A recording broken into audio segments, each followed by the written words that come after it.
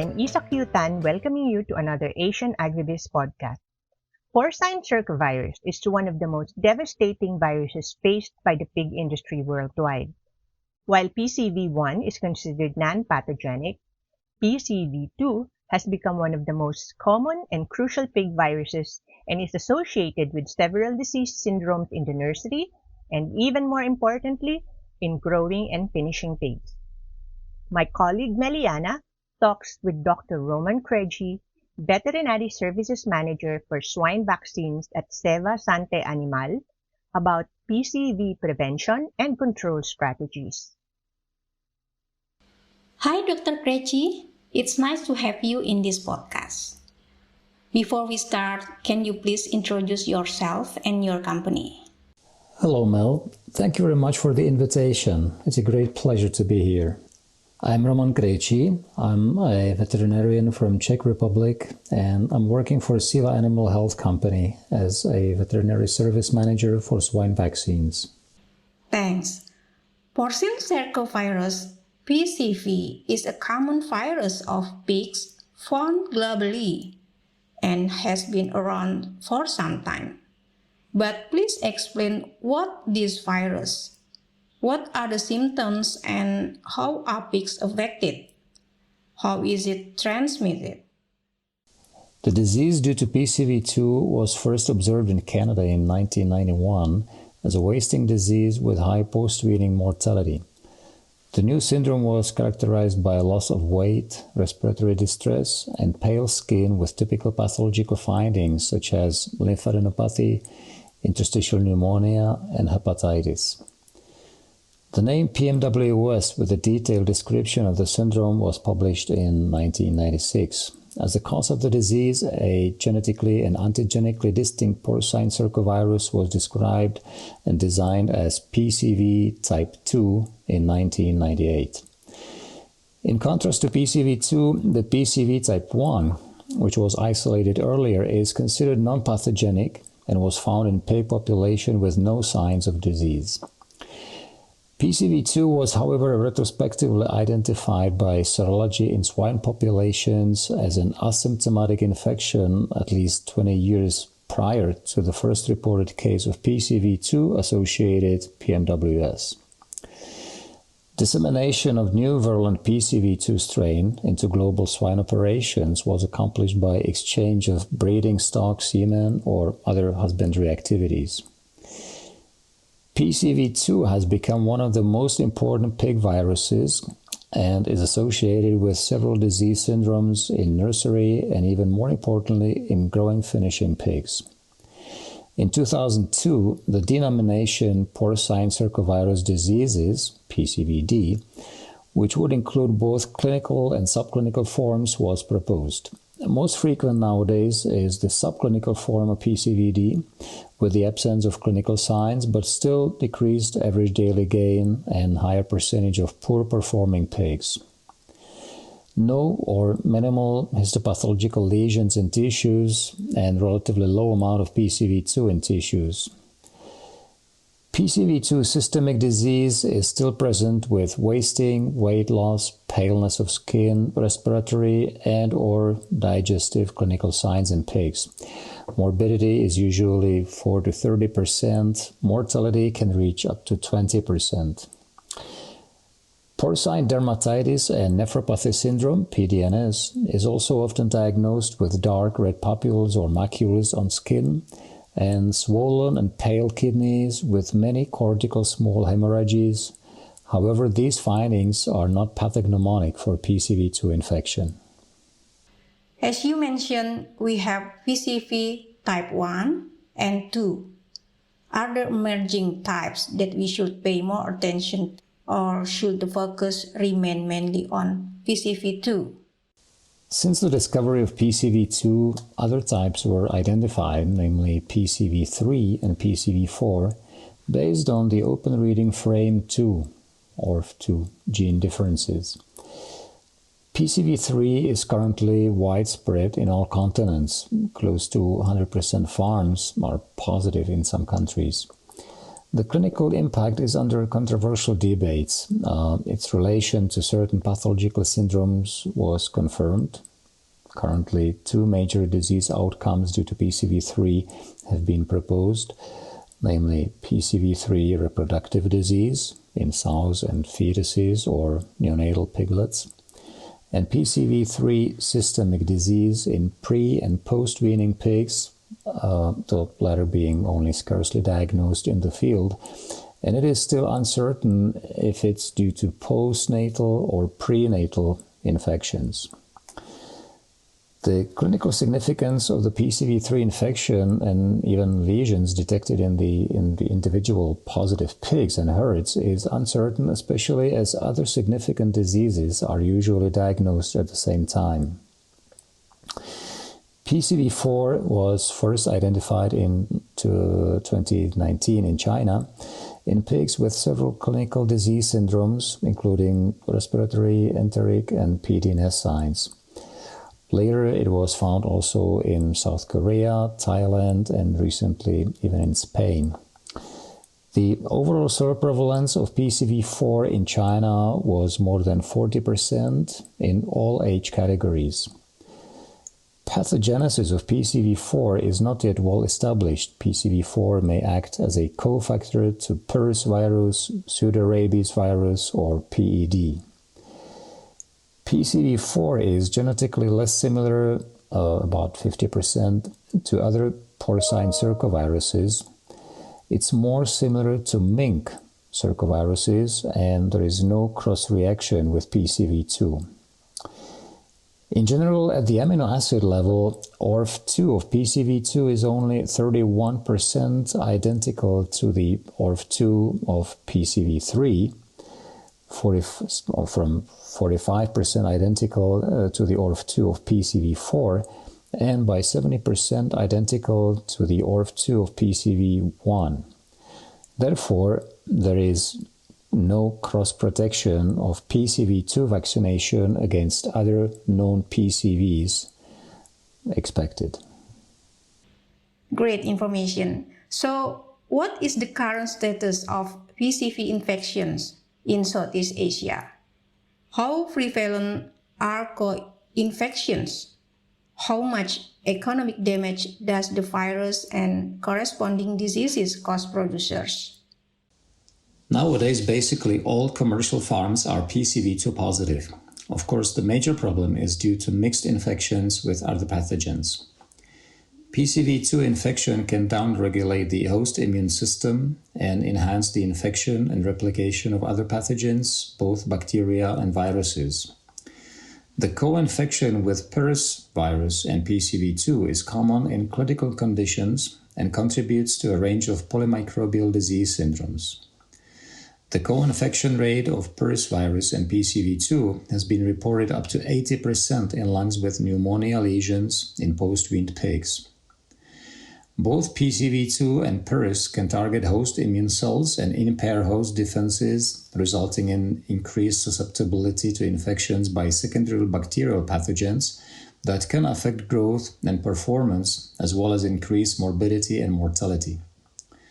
The most frequently observed bacteria in PCV2 systemic disease are Actinobacillus pneumoniae, Glasserella parasuis, and Streptococcus suis. Important is also the involvement of PCV2 in PRDC. PRDC develops as a consequence of co-infections of multiple primary viral and bacterial microorganisms. Besides Mycoplasma pneumoniae and PCV2, it's PRRS, swine influenza virus. It was also suggested that PCV2 and PRV co-infection is another factor of PRDC. Bacteria such as Actinobacillus pneumoniae or Streptococcus suis, Pasteurella multocida or Glasserella parasuis are then the most frequent secondary bacteria complicated in pneumonia. The overall cost estimation based on the performance data improvements achieved by PCV2 vaccination ranged between 2.3 up to more than 16 euros per pig, depending on severity of the disease. Clinical forms of PCVD are currently the less common outcome of PCV2 infection, and in most cases, the infected pig has a subclinical infection. At a farm level, the greatest proportion of negative economic impact is attributed to PCV2 subclinical pigs. Subclinically infected pig that will survive till slaughter, which is the majority, costs more than €9 per pig. Okay, as you mentioned at the beginning, Dr. Krejci, wasting, weight loss, and so on, are these parameters of PCV diagnostics? What strategies should producers take for prevention and control? As regards to diagnosis of PCV disease, there are defined criteria to fulfill for setting the correct diagnosis. Diagnosis of PCVD requires that a pig or a group of pigs exhibit all of the following parameters. Number 1, clinical signs such as wasting, weight loss, dyspnea, or icterus. Number 2, histologic lesions in lymphoid organs or other target organs according to the syndrome we talk about. Typically lungs, less often liver, kidney, pancreas, or intestine. Number 3, PCV infection within characteristic lesions. That means confirmation of the presence of the virus or viral DNA. All that means that clinical signs alone are not diagnostic. There are many causes of poor performance in nursery and grower pigs of different reasons. Gross lesions alone are not diagnostic by themselves. Both lesions and PCV2 must be present to diagnose PCV disease in a pig. Positive PCV2 PCR only confirms the infection, not the disease. In terms of control, before the arrival of efficient vaccines, the only measures to control the disease involved management practices. A 20-point recommendation was issued by MUDIC in 2001. Focus on mixing of piglets, reduction of stress, limiting the pig-to-pig contact, and hygiene were the most important. Nowadays, inactivated or subunit vaccines are available to control PCV2 infections and to prevent PCV disease. Vaccination strategies include vaccination of piglets, typically around weaning, regular vaccination of gilts, and when it is needed, also vaccination of breeding animals, sows and boars. Sows can be vaccinated either before farrowing or even better at the end of lactation, meaning at weaning together with piglets. Of course, housing, farm management, and concurrent co-infections have to be controlled as well. Okay, talk about vaccine. How helpful is vaccination against PCV2? Does it offer cross-protection against other PCV types? What is the progress on current vaccine development? In order to induce efficient protection against PCV disease, different types of vaccines were developed, including inactivated vaccines, DNA vaccines, or recombinant subunit vaccines expressing PCV2 viral proteins. Vaccination typically reduces viremia, the viral load in the lymphoid organs, and lymphoid lesion scores after the infection, as well as shedding via feces or nasal secrets. Most importantly, vaccines are efficient in reducing the clinical disease and impact on growth performance. They do not prevent the infection. Implementation of PCV2 vaccination in PRDC-affected herds, for example, substantially lowers the incidence of respiratory disease and pulmonary co-infections. The study performed in Austria demonstrated the benefit of a vaccination program against PCV2 as an important tool to reduce the risk of post-mortem pneumonia findings and the severity of pneumonia in pigs at slaughter. Vaccination of sows can significantly reduce the vertical transmission to their offspring to avoid very early infections, which can cause direct losses and can also compromise the efficiency of further preventive measures in those piglets. PCV2 vaccines are very efficient against various genotypes within the PCV2 type. However, there is no cross-protection expected among different PCV types, PCV3 or PCV4. Different types of vaccine were developed. However, what are the challenges in dealing with the disease outbreak? Besides vaccination, what are other ways to prevent this disease?